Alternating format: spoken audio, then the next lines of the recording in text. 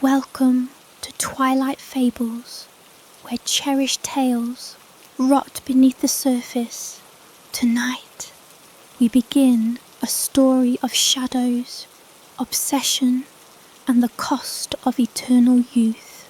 This is the story of Peter Pan, but not the one you remember. Wendy Darling was the kind of girl who held on to stories like they were secrets, pressed like dried flowers between the pages of her mind. In the daytime, she hummed songs she didn't remember learning. At night, she dreamed of boys who never grew old and islands that weren't on any map. Her parents told her she had a wild imagination. She believed them until the boy in the window started visiting again. It began on the first Thursday of December, when the wind scraped harder than usual against the panes. Wendy had been drifting to sleep, the gas lamp dim, when she saw it, a boy standing just beyond the glass, staring into her room. He didn't knock, he didn't move. She sat upright, clutching the quilt. The boy's eyes were too large, the whites too dull. His shadow stretched across the sill in the wrong direction, pooling upward like smoke from an unseen flame. When she blinked, he was gone. In the morning, she told her mother. "That's just a dream, Wendy," her mother said, brushing her daughter's curls behind her ear. "Maybe no more sweets before bed, all right?" But it wasn't a dream, not the second time, or the third. He came every night now. Michael and John, her younger brothers, began speaking in their sleep. At first, nonsense, then more. Names of places that didn't exist. Skullshore, Merrow Marsh, Crooked Lagoon. Once, John whispered, "He's hungry," in a voice too deep to be his own. Wendy tried to stay awake, hiding beneath the blanket with a dull kitchen knife. On the 7th night, she dozed off by mistake. She woke to a tapping. Tap, tap, tap. The boy was there again, this time perched inside the room, crouched atop the dresser like an animal poised to spring. He was smiling. "Hello, Wendy," he said, voice soft as grave soil. "Miss me?" Her scream stuck in her throat. He was dressed in tattered green fabric that might once have been leaves, now faded and matted with sap and blood she hoped was not human. His feet were bare, dirty. The tips of his fingers looked sharp, not clawed but cracked like dried bark. His eyes didn't match. One was bright blue, the other dull grey, cloudy like a forgotten marble. "Don't be scared," he said, hopping down. He didn't walk, he glided, toes barely brushing the floor. "I've come to take you away, where you never grow old, never get sad, where your brothers can play forever, and you can be our mother." Michael stirred in bed, then John. Both sat up, eyes glassy. They rose in unison, walked toward the boy. "I don't want to go," Wendy said, backing up until her spine hit the bedpost. He tilted his head. "But you already did. Don't you remember?" "No, you told me stories before," he whispered, face close now. "You loved me once. His breath smelled of earth and damp wood and something sweet, something rotten. He raised his hand and snapped his fingers. The window flew open. Outside, the sky was thick with fog, and stars pulsed like blinking eyes. Wind whooshed into the room, carrying with it a sickly warmth, like breath from an unseen beast. "Come," the boy said, and took her hand. She should have screamed, should have resisted, but her legs betrayed her. Her hand slid into his, and something under her skin tingled, like frostbite laced with fire. Michael and John followed silently, eyes never leaving the boy. He led them onto the windowsill. Below was a sheer drop to the garden, but when he jumped, he floated up, not down. The wind cradled him. His shadow stretched wider now, disjointed and broken, flapping like wings. "One thought, one happy thought," he said, turning back. "That's all it takes." Wendy didn't think of happiness. She thought of her nursery, of her mother's perfume, of the soft ticking of the hallway clock. But still, her feet lifted off the ground. They were flying. They soared above rooftops and gas lamps. The city shrinking below. Wendy looked around. The night sky didn't look like it used to. Stars swirled unnaturally, forming spiral constellations. Some of them pulsed red, others moved. The moon was too close. She tried to look back at home, but it vanished, replaced by rolling mists and a sea of clouds.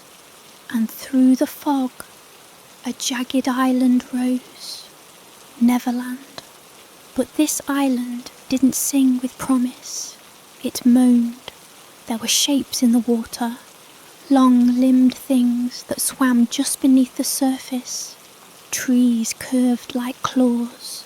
Lights flickered in caves, too far apart to be fireflies, too bright to be fire. "We're here," Peter said.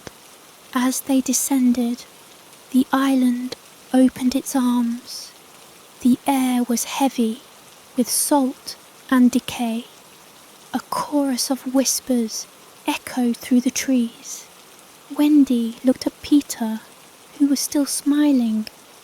"Now," he said, eyes gleaming. "You can never leave." The island stretched before them, like something out of a half-forgotten dream, lush and green in parts, but tinged at the edges with rot. Where the jungle should have sung with birdsong, there was only the rasping hum of unseen insects. Trees leaned inward as though whispering to each other. The wind no longer whistled, it sighed, like a creature trying to sleep. Wendy touched down first, her slippers sinking slightly into a thick, mossy soil.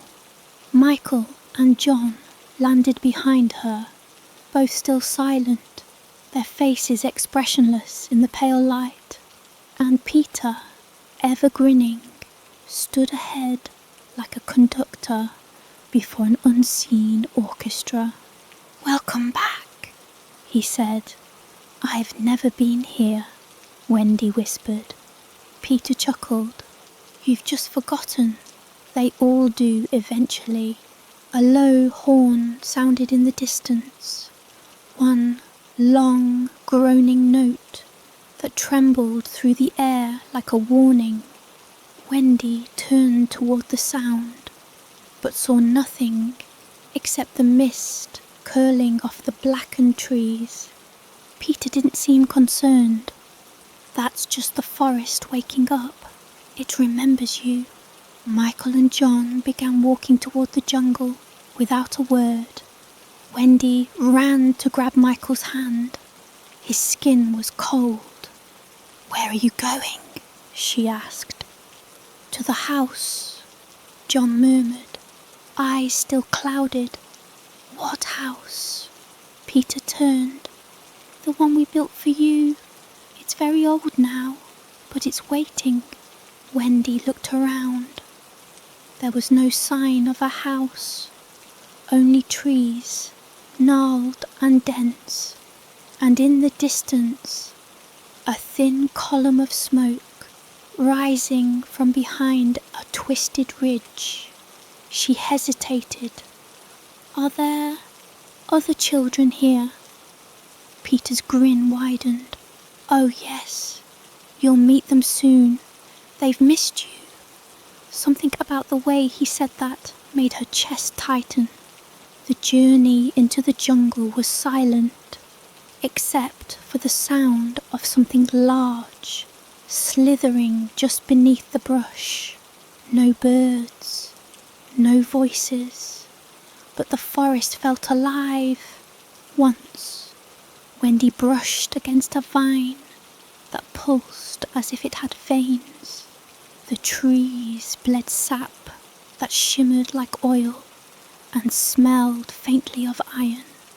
They followed a winding path up a steep hill where thorns arched overhead like ribs forming a tunnel.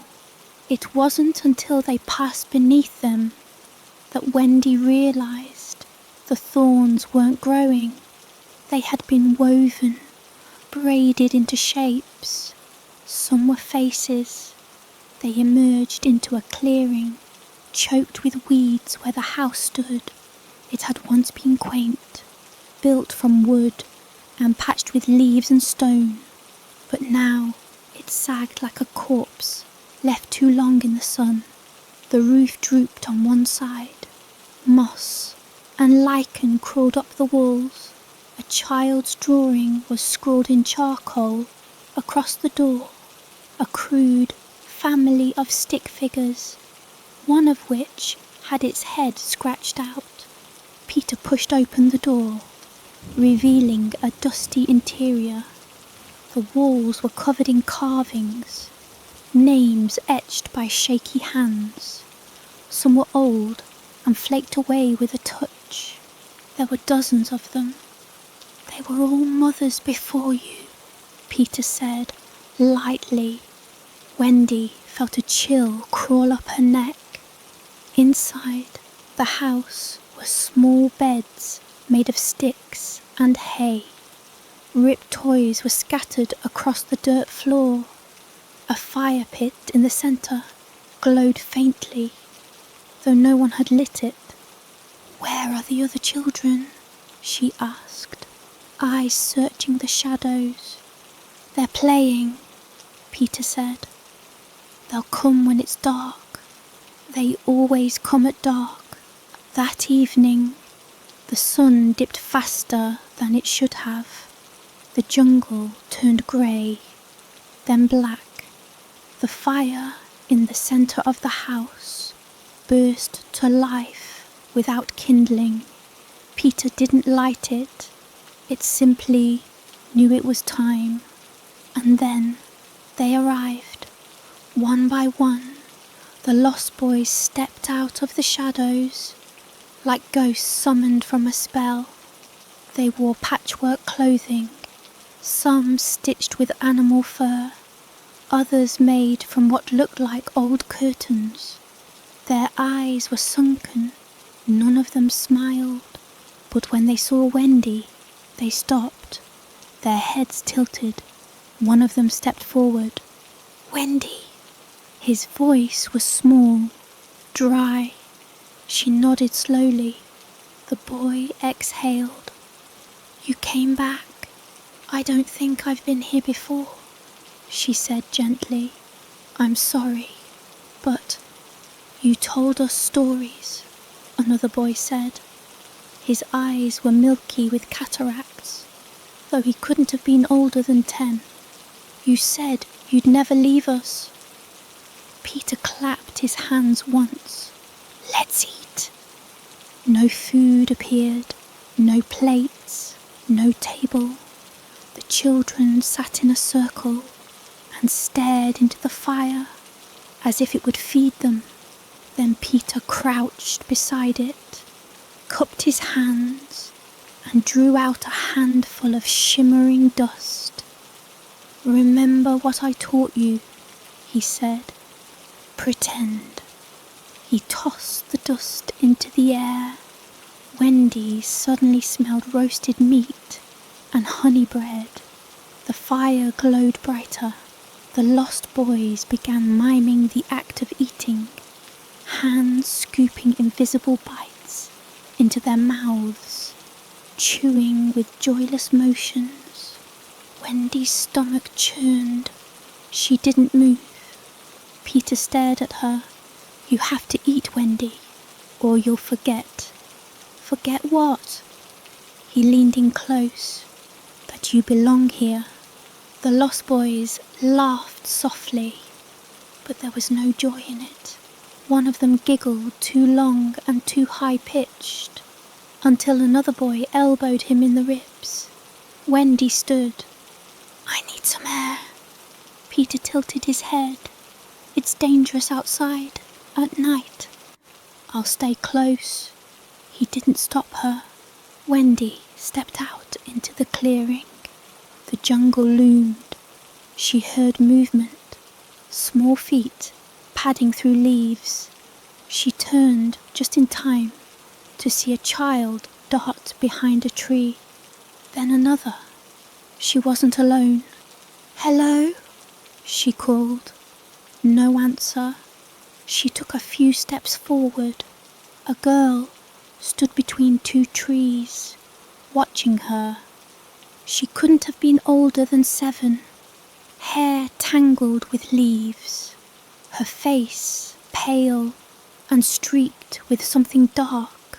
She wore a crown made of bones, tiny ones, likely from birds. "Are you lost?" Wendy asked. The girl pointed at her. "You're not the first, Wendy." Wendy's heart pounded. The girl took a step forward into the moonlight.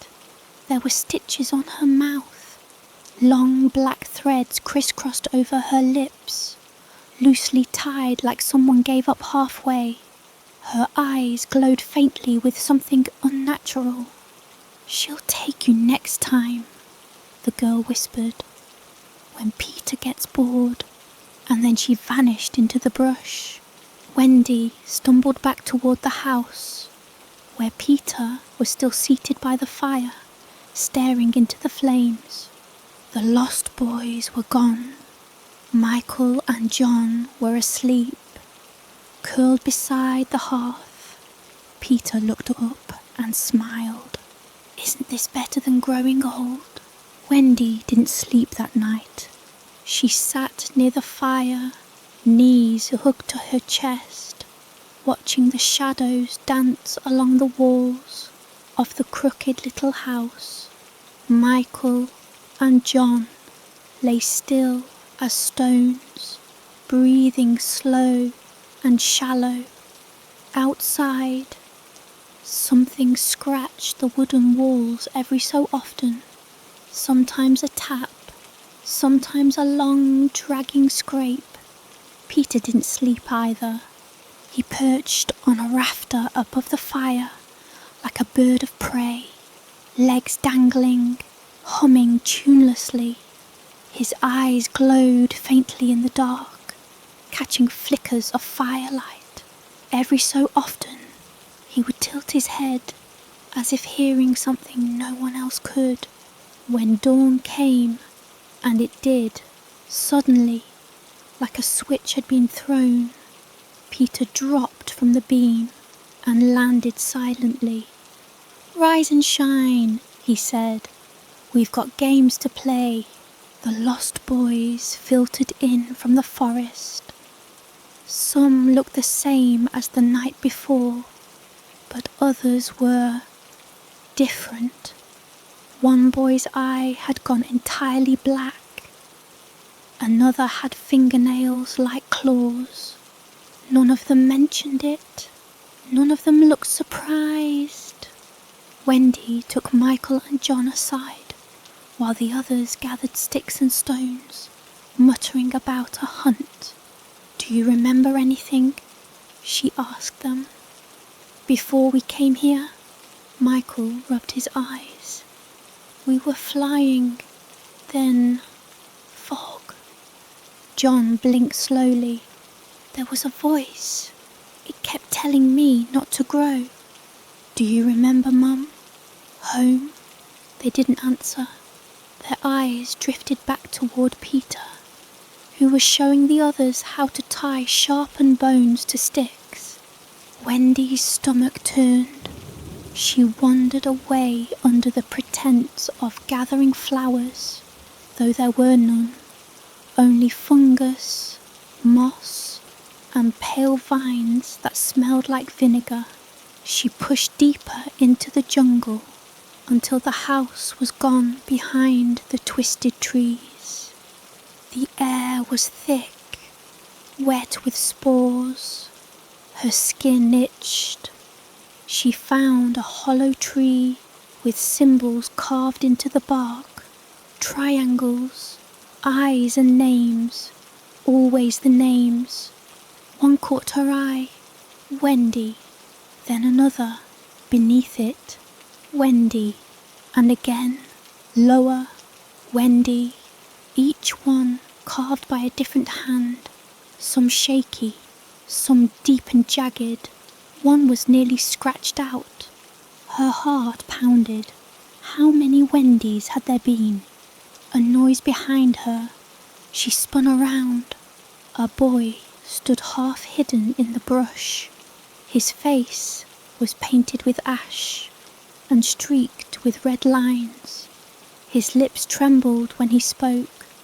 "He keeps bringing new ones," he whispered. Wendy stepped closer. "What do you mean?" "He says we need a mother, but he never keeps them long." "Where do they go?" The boy's eyes darted toward the ground. "Some get tired, some start remembering. That's when he takes them away." "Takes them where?" He didn't answer. He just turned and ran. Back at the camp, Peter had organized a game. "Hide and seek," he said, smiling wide. "But this time, if I find you, you owe me a secret." The lost boys cheered. Some clapped. One sobbed quietly. Michael and John followed the others into the woods. Wendy stayed behind. Peter turned to her. "Not playing? I have no secrets." He walked toward her, slowly. "Everyone has something." She stared him down. "Why do you need secrets?" Peter grinned, leaning in so close she could see the veins in his eyes. "They taste better than lies." He turned and vanished into the trees. Wendy waited until the forest swallowed them all. Then she crept toward the ridge. She'd seen the smoke again, curling behind a rock face, like a signal. Maybe someone else lived here. Maybe someone knew what was happening. Or maybe it was just another trick. Still, she had to try. The climb was steep. Rocks jutted like broken teeth from the earth. She cut her hand on a sharp edge, but kept going. At the top, she found the remnants of a ship. It lay tilted on its side, in a dry gulch, split down the centre. Its sails were tattered, its mast cracked. Time had eaten it, but something darker lingered, like a weight in the air. Wendy stepped inside. The interior was charred in places, rotted in others. Scraps of parchment clung to the walls. A compass lay shattered on the floor. On one wall, dozens of tally marks had been scratched with a knife. Then a voice behind her. Didn't think there was another one left. Wendy spun. A man stood in the doorway. Ragged coat, pale skin, one eye gone, the other sharp as flint. A hook gleamed where his right hand should have been. "Captain Hook," Wendy whispered. He laughed bitterly. "Not much of a captain anymore." She stepped back. "Peter said, you're the villain." Hook's eye darkened. "Peter says many things, and you believe him." She didn't answer. Hook limped forward. "Let me guess. He brought you here, called you Wendy, promised you'd never grow old." "Yes." "You think this place is a dream?" "It's a trap, a cage he built from stories children told themselves to sleep better at night." Wendy frowned. "Then what is he?" Hook stopped, his voice lowered. "Peter's not a boy. Not really. He was, once, long ago. But something old found him. Something that fed on childhood, on belief. And now he's both, the boy and the thing inside him." Wendy shivered. "Why me?" "You're not special," Hook said. "He just needs someone to play the part. A mother, a storyteller, someone to help him pretend the world hasn't moved on." "Why don't you stop him?" Hook held up the hook. "I tried, once. He fed me to the crocodile." Wendy's blood turned cold. "What crocodile?" Hook's mouth twisted. "It comes when time stirs, when something tries to change. You'll hear it soon. A ticking, not a clock, a warning." Something outside creaked. Hook's head snapped up. "He's looking for you." Wendy turned toward the doorway. "What should I do?" Hook's voice dropped to a whisper. "Don't believe everything you see. Don't eat. Don't drink. And if he offers you a happy thought, don't take it. That's how he gets in." A sharp whistle echoed through the trees.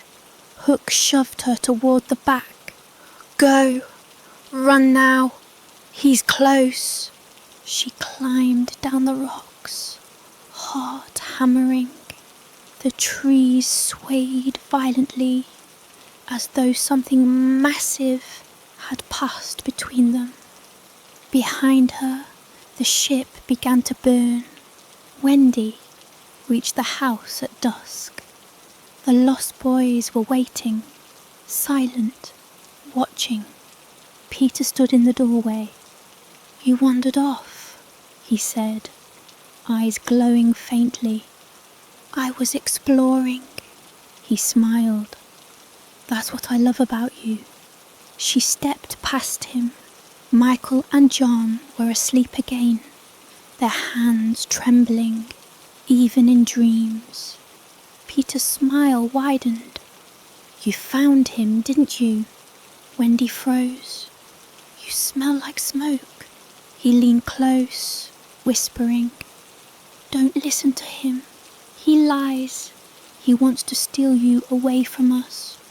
He placed a hand on her chest. "You belong to me." Wendy slapped his hand away. His face didn't change, but his eyes went cold, like glass. "Sleep well," he said. "Tomorrow we fly." She lay down that night with her back to him, her knife clutched beneath her pillow. Outside, far off in the trees, she heard it. Tick, tick, tick. The ticking didn't stop. It pulsed through the jungle like a heartbeat, slow, deliberate, maddening. Sometimes it echoed close, just beyond the trees. Other times it receded, swallowed by the strange fog that wrapped Neverland each night, but it never truly faded. Wendy didn't sleep. She lay awake, gripping the crude blade she had carved from a broken piece of driftwood. Her eyes traced the rotting beams above, and her ears strained for the sound of Peter's breathing. But he didn't breathe like the others. He simply existed, a presence more than a boy. When dawn arrived with a wet gasp, Peter stood at the foot of her bed, ready to fly. Wendy sat up slowly. "Where are we going?" He grinned. "To the edge." "The edge of what?" Peter tilted his head. "The place where the sky ends. There's something I want to show you." Michael and John stood behind him, still sleepwalking through this waking nightmare. Their eyes were darker now, less of the boys she knew, more of the shadows they followed. The lost boys gathered, whispering among themselves. One boy, with a stitched mouth and eyes like glass beads, muttered something to another. Wendy caught the words. She's still remembering. They walked through the jungle as the sun tried and failed to pierce the heavy clouds. Peter floated instead of stepping. Wherever his feet passed, the leaves beneath him curled and browned. Wendy tried to speak to Michael on the way. "Do you remember our room? The nursery? The dog? Nana?" Michael blinked. "Peter is our brother now." "No," Wendy said firmly. "He's not. He's..." The ticking interrupted her. It boomed through the forest with such weight. The trees shook. The lost boys flinched. One covered his ears. Another dropped to the ground, sobbing. Peter froze. "Quiet," he hissed. The ticking grew louder, then faded. Peter's face twisted, not in fear, but something like anger. "She's early." Wendy stared. "She?" Peter turned away. "Keep moving." They reached a cliffside, where the land broke apart, opening into a wide chasm of black fog and moving air. On the other side, barely visible through the gloom, was the silhouette of something massive and ancient. It loomed like a fortress carved from bones. "That," Peter said, pointing, "is where the stories end." Wendy stared across the chasm. "What is it?" "A place I don't go," Peter said, smiling too widely. "It doesn't like me. Why bring me here?" Peter leaned close. "To show you what happens to Wendy's who stop believing." A shape emerged from the fog. Wendy's breath hitched. It was a girl, floating, not walking, her hair long and black, tangled with vines and feathers. Her face was hollow, mouth sewn shut with golden thread. Her hands were stained red, and her eyes, they glowed white, leaking tears that smoked as they fell. The lost boys knelt. Peter did not. "She was the first," he said. "She stayed too long, tried to change things, tried to take them away from me." Wendy backed away from the edge. "Who is she?" Peter whispered. "My shadow." The floating girl opened her stitched lips, not with her hands, but by splitting the threads with her teeth. Blood poured down her chin. Then she spoke, in a voice not meant for mortal ears. "You don't belong to him. Peter snarled and flung a handful of dust toward her. The fog recoiled. The girl vanished. Wendy gasped. What was that? Peter turned, his face too calm. A memory, one I locked away. Wendy didn't believe him. That night, Wendy sat by the fire again. She carved symbols into the dirt. Eyes, clocks, names. The lost boys watched her. She's trying to leave, one whispered. She'll never make it, said another. Peter appeared without sound. Tell me a story, Wendy. She looked up slowly. No. He smiled, but it didn't reach his eyes. You're forgetting your role. She stood. I'm not your mother. I'm not a story. I'm not staying. Peter's face twitched. That's the problem with you Wendys. You always think you're real. He snapped his fingers. The boys lunged. Wendy bolted. She pushed through the door, into the night, into the jungle. Branches tore at her arms. The ticking returned, louder than ever, chasing her, matching her heartbeat. Behind her, the boys howled like animals. She ran blindly, screaming for help, and something heard her. The jungle split open. A shape towered above her, monstrous and terrible. Scales like obsidian, eyes like gold coins sunk in tar. A mouth full of clocks, gears, teeth. The crocodile, it ticked as it moved. Wendy fell to her knees. The creature leaned close and whispered, not with a voice, but with time. In her mind, Wendy saw flashes. A boy, once human, alone on a rooftop, crying. A fairy made of shadows, whispering promises of youth without pain. A bargain sealed in laughter, a heart hollowed out, 1,000 Wendys used up and forgotten, a ship aflame, a man screaming as he was devoured, a name spoken by children around the world. Peter. The crocodile's eyes locked with hers. Then it turned, vanishing into the trees. Behind her, silence. The boys were gone. Peter stood alone. He didn't smile this time. You're starting to remember. Wendy nodded.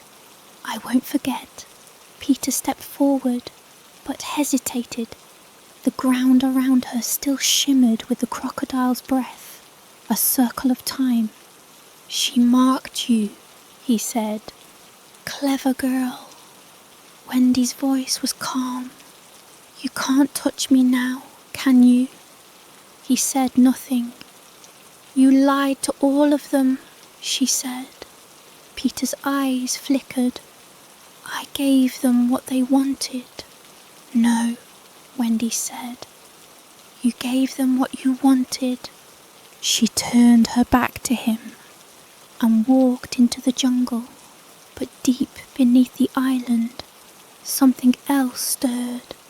The old Wendy, the shadow with the golden threads, opened her eyes. She was not gone. She was waiting. Wendy ran until her legs gave out. By the time she stopped, her hands were scraped raw and her chest burned. The jungle around her was quieter here, less alive. The trees had fewer leaves and the roots twisted up like grasping fingers.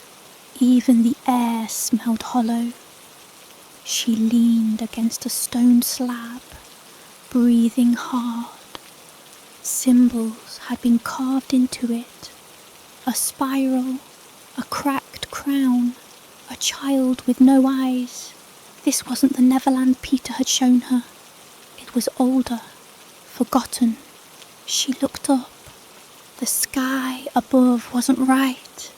It was too still, like painted glass, a sky that didn't move or breathe.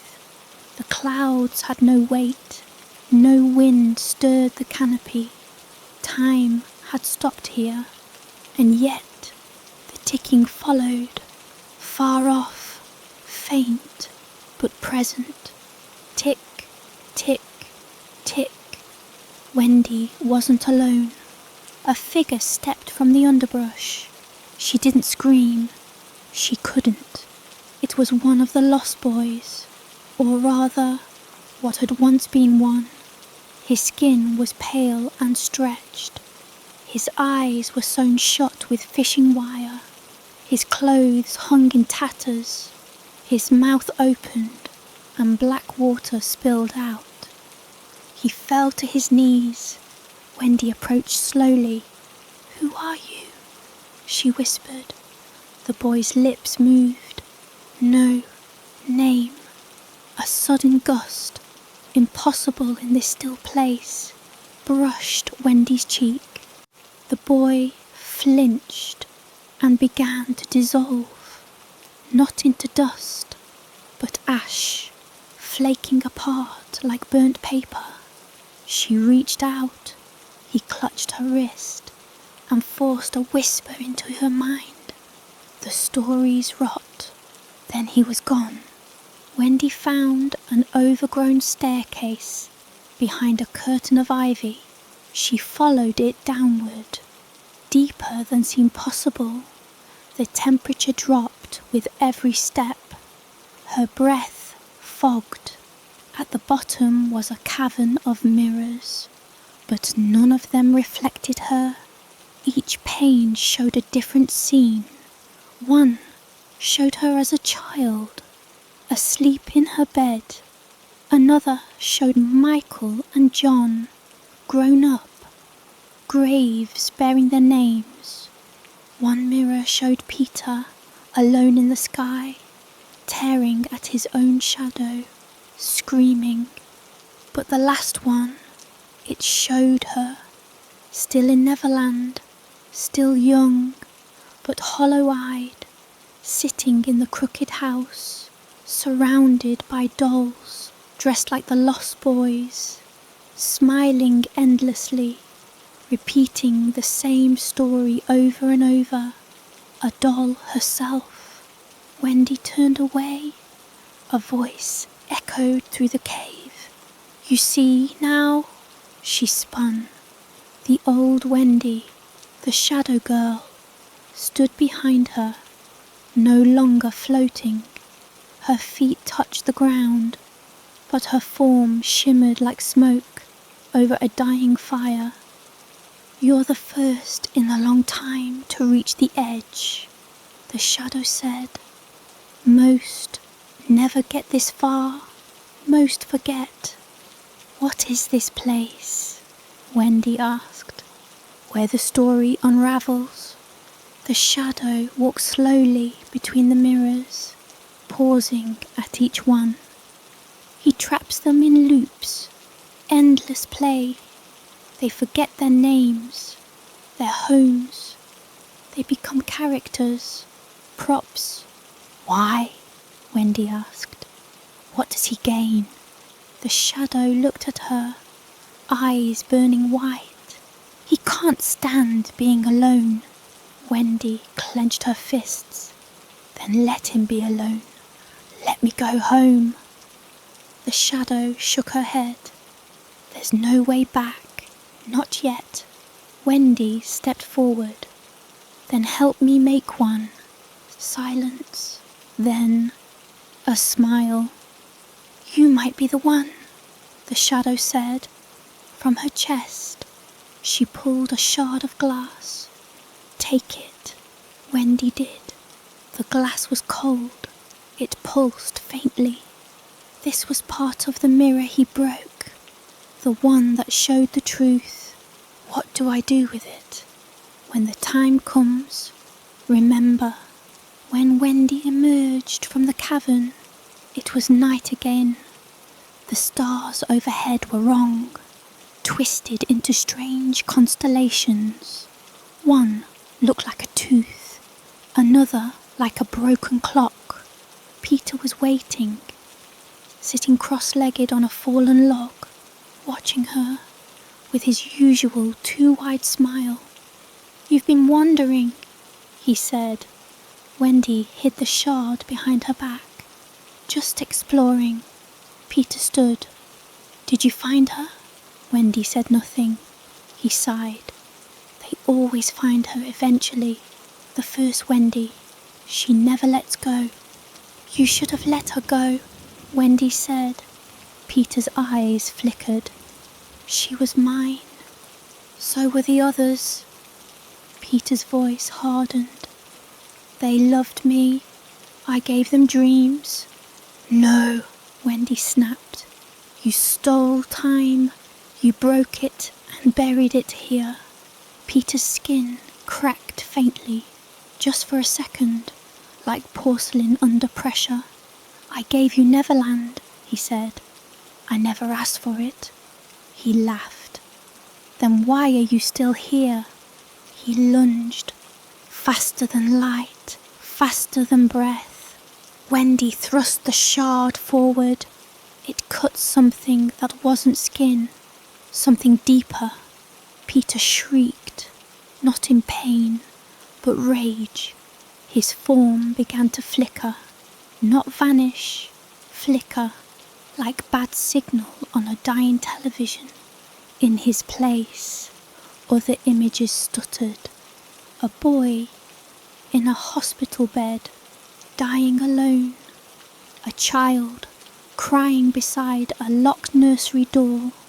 A coffin too small for flowers. Each one a Peter, each one forgotten. Wendy clutched the shard tighter. "You're not a story," she said. Peter fell to his knees. "No one remembered me," he whispered. "So I became something they couldn't forget. You became a curse." He looked up, and in that moment, he was just a boy. "I was so afraid," he said, "of growing, of being nothing." Wendy's voice softened.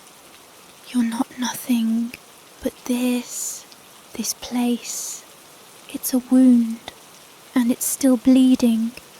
The jungle behind her began to shake. The ticking grew louder. Peter stood. He looked terrified. "She's coming." "The crocodile?" Wendy asked. He nodded. "She always comes when I remember." And then the forest split. The crocodile stepped into the clearing. Its golden eyes saw everything, not just the island, but through it, through time, through memory, through story. Peter fell to the ground, hands covering his ears. "No," he muttered, "not again." The crocodile opened its mouth. Not a roar, a lullaby, a song made of endings. Wendy's body trembled. Peter wept. The ground cracked, and Neverland began to crumble. The ground broke like brittle ice. Wendy fell, down through roots and memory, past layers of dreams that peeled away like rotting wallpaper. She didn't scream. There wasn't time. The air around her wasn't air at all. It was silence, a silence so deep it clawed at her mind. Then, impact, but it didn't hurt. She landed on something soft, something familiar. Feathers. Wendy opened her eyes and sat up slowly. She was surrounded by a sea of them, white, grey, brown. Endless piles of molted feathers, drifting in a windless void. Above her was no sky, only a yawning ceiling of murky shadows.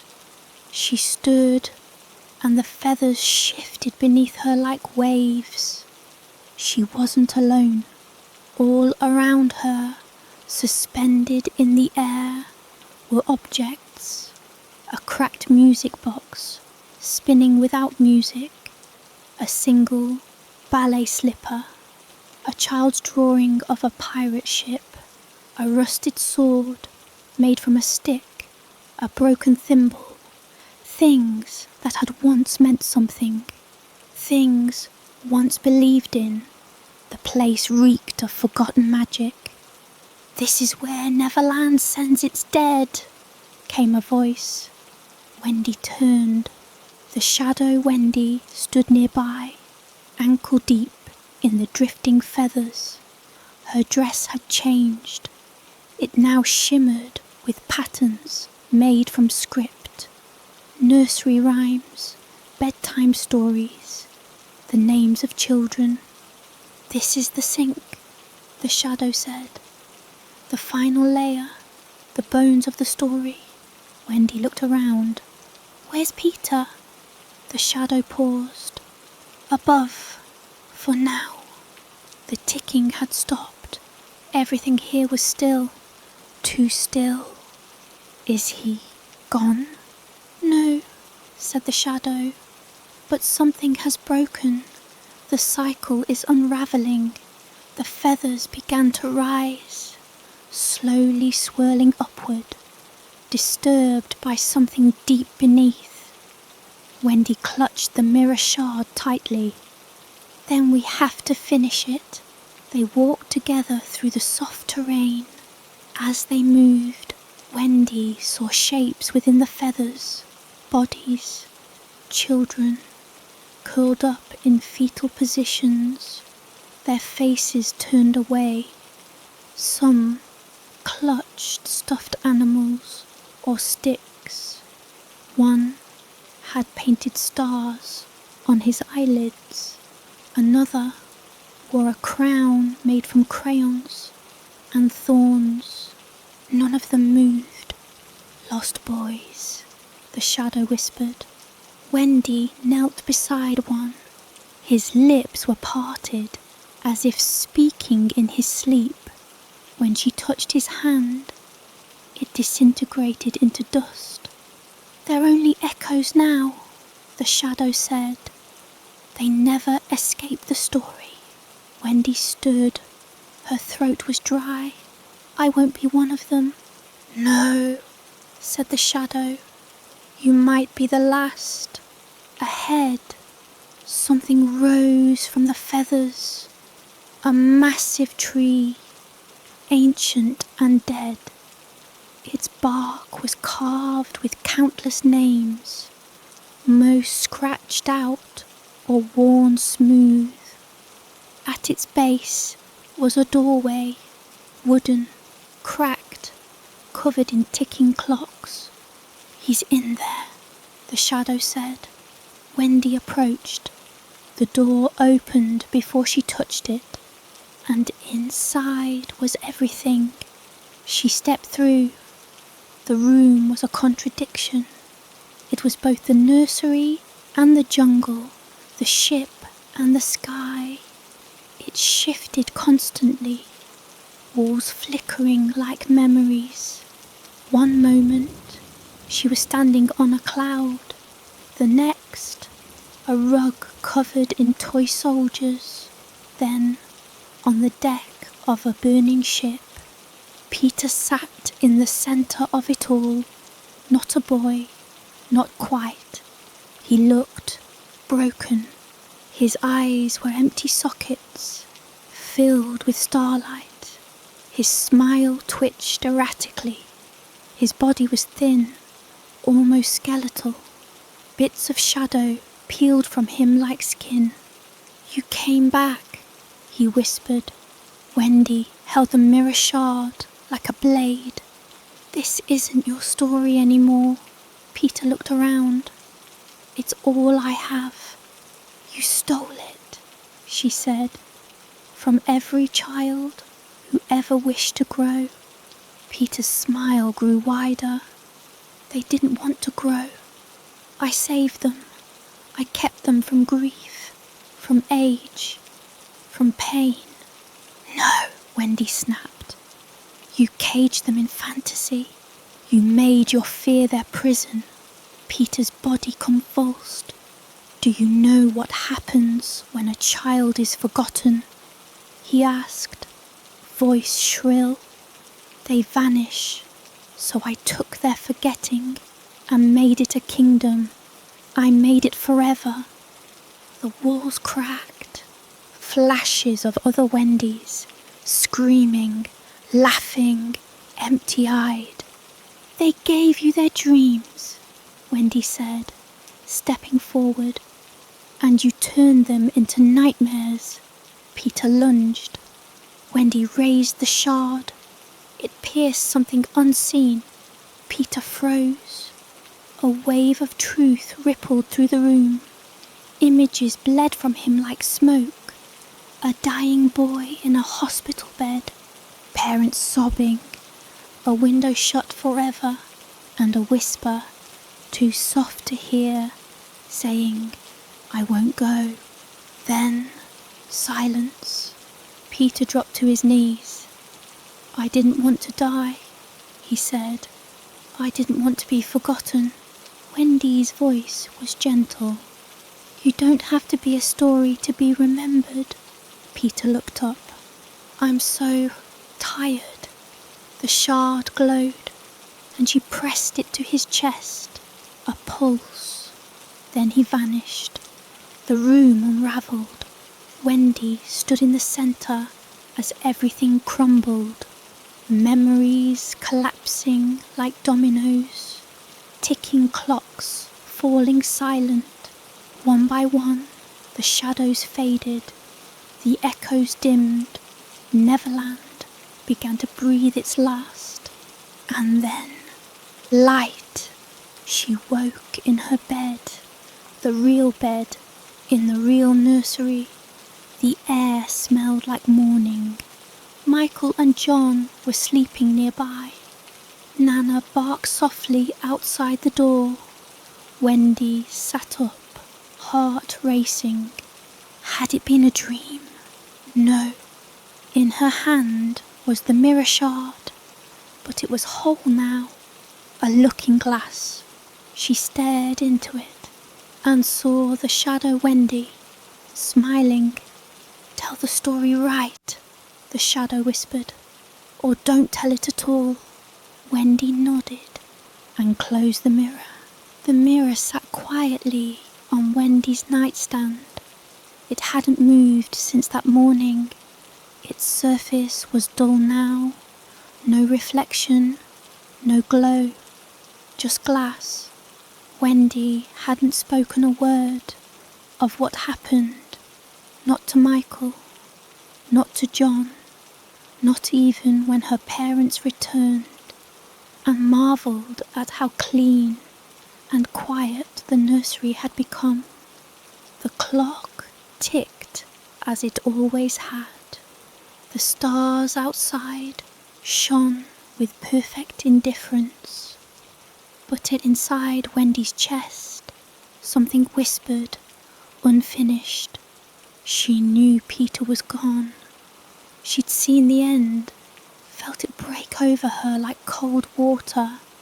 And yet, that night, she woke to find her shadow missing. It hadn't fallen away during the day. She'd seen it in the sunlight, dancing across the floor as she read by the window. But now, the nursery was dark, and her feet cast no shape. The mirror glowed faintly. She touched it. It was warm. The glass rippled beneath her fingers, and then, once again, opened. This time, it didn't pull her in. It invited her. Wendy stepped through, not into Neverland, into the story itself. The space she entered had no walls.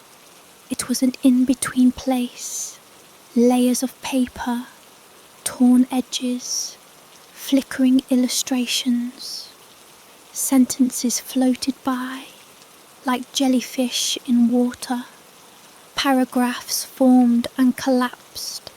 Names whispered and vanished before she could grasp them. This was where stories went when they were changing. A boy appeared, walking backward, not Peter, but something like him. Each step he took unravelled a scene. A pirate ship flipping into a nursery, a crocodile eating its own tail, a mother turning into a cloud. He turned his head and looked at Wendy. "You shouldn't be here," he said. "Neither should you," she replied. The boy sighed. "He's not finished with you." Wendy felt her stomach drop. "Who?" The boy pointed up. Above them, stretching across the void, was a quill the size of a tower. It wrote and erased with equal fury, constantly drafting versions of Peter, of Wendy, of the Lost Boys, over and over, like it couldn't decide what the story should be. And from its tip, he grew. Peter, again, but not the same. Younger, older, wilder, broken, whole. He formed and split in endless variants, some laughing, some screaming, some kind, others monstrous, each one chasing the last, devouring it, replacing it. Wendy stepped back. The quill paused, and the latest Peter, sharp-toothed, golden-eyed, looked at her. "You killed me," he said, voice echoing from all directions. "You weren't alive," she replied. Peter tilted his head. "Does that matter in a story?" He stepped forward, no longer boy, no longer shadow, just force. The embodiment of the tale that refused to end, the Peter who refused to grow. "You've told this story before," he said. "In dreams, in play, you always came back." "Not this time." Peter bared his teeth. "You think ending me ends the story? It needs me." "No," Wendy said, holding the mirror. "It needs truth." She turned the glass to him. The reflection was wrong. Instead of Peter, it showed the boy from the hospital bed, thin, pale, hooked to machines, forgotten. The real Peter. He reached for her. "Don't let them forget," he whispered. And then the quill cracked. The world shattered. Words flew like birds into the void. Sentences bled ink. The mirrors broke, and something else rose. Not Peter, not Wendy, the story itself. It stood before her, a patchwork giant of pages and shadows. It had her voice, Peter's laugh, Hook's rage, Tinkerbell's spite, the crocodile's patience. "You tried to end me," it said. "You don't get to decide." "I never wanted to end the story," Wendy said. "Just the lie." The creature faltered. Wendy lifted the mirror and spoke into it. "I remember the boy who never grew. I remember the girl who came home. I remember the lost, the forgotten, the loved. I remember truth." The story screamed and unwrote itself. Wendy woke again, but not in the nursery. She was in her bed, older, 17, books stacked on the nightstand, photographs on the wall, her shadow intact, curled beside her like a sleeping cat. Outside, the sun was rising. She checked the mirror. No glow, just glass, but carved into its silver frame were 5 tiny words. You remembered, so I lived. Michael and John were grown now. They visited on weekends. Her parents had grey in their hair. No one remembered Neverland, but Wendy did.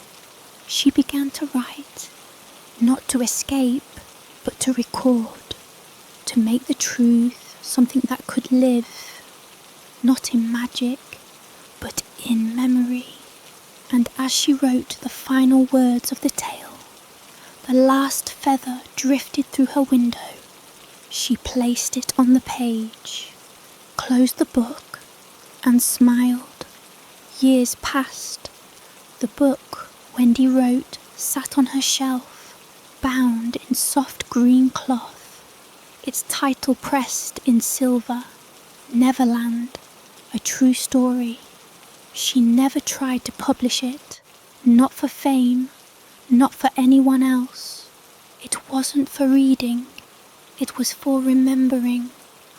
But stories, true ones, have a way of spreading, whether you want them to or not. It started when Michael's daughter found the book.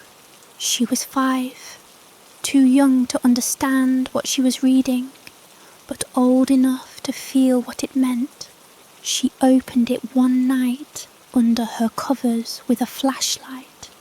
The next morning, she told her father she dreamed of flying boys and ticking clocks and a tree that whispered her name.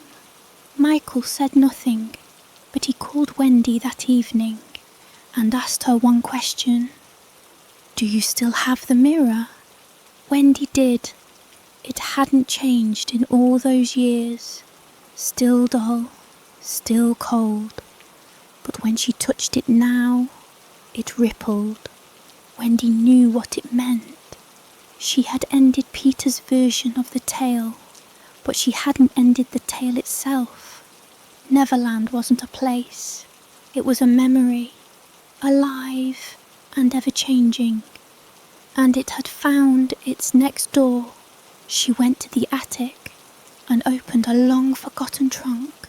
Inside, a thimble, a feather, a broken acorn cap, a hand-drawn map of an island that didn't exist, and her shadow, curled like a sleeping fox at the bottom of the box, thin and black and patient. Wendy picked it up. It clung to her hand like silk. Are we going back? She whispered. The shadow said nothing, but it breathed. That night, she wrote again, but this time, not a story, a warning. She wrote it like a letter to whoever would be next, to the child who follows. If you find this book, understand it isn't a dream. Not really. It's a seed, a door, a test. Peter may be gone, but the island never ends. It changes. It hides. It waits. You may be chosen or cursed. It's hard to tell the difference. You will meet others, boys and girls, who forgot they once had names. They will tell you to play. They will tell you to fly. Do not believe everything you see. Do not eat the stars. If you find the crocodile, do not run. And if Peter finds you, ask him who he was before the story. If he can't answer, run. If he can, save him. Most of all, remember this. You do not belong to the story. The story belongs to you. W. The mirror pulsed. The page turned, and a new hand reached in. Somewhere, a child opened their window. A star blinked out. A shadow stretched, and the wind whispered, "He's back, but this time they'll be ready.